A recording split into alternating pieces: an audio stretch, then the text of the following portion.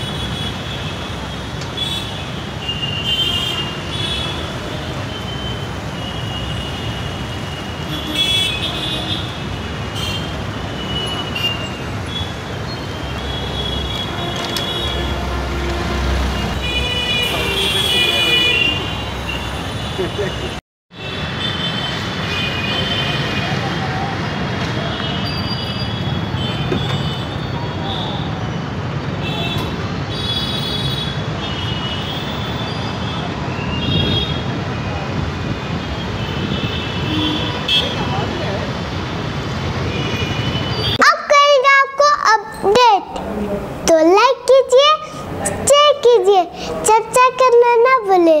7H news आपकी आवाज़।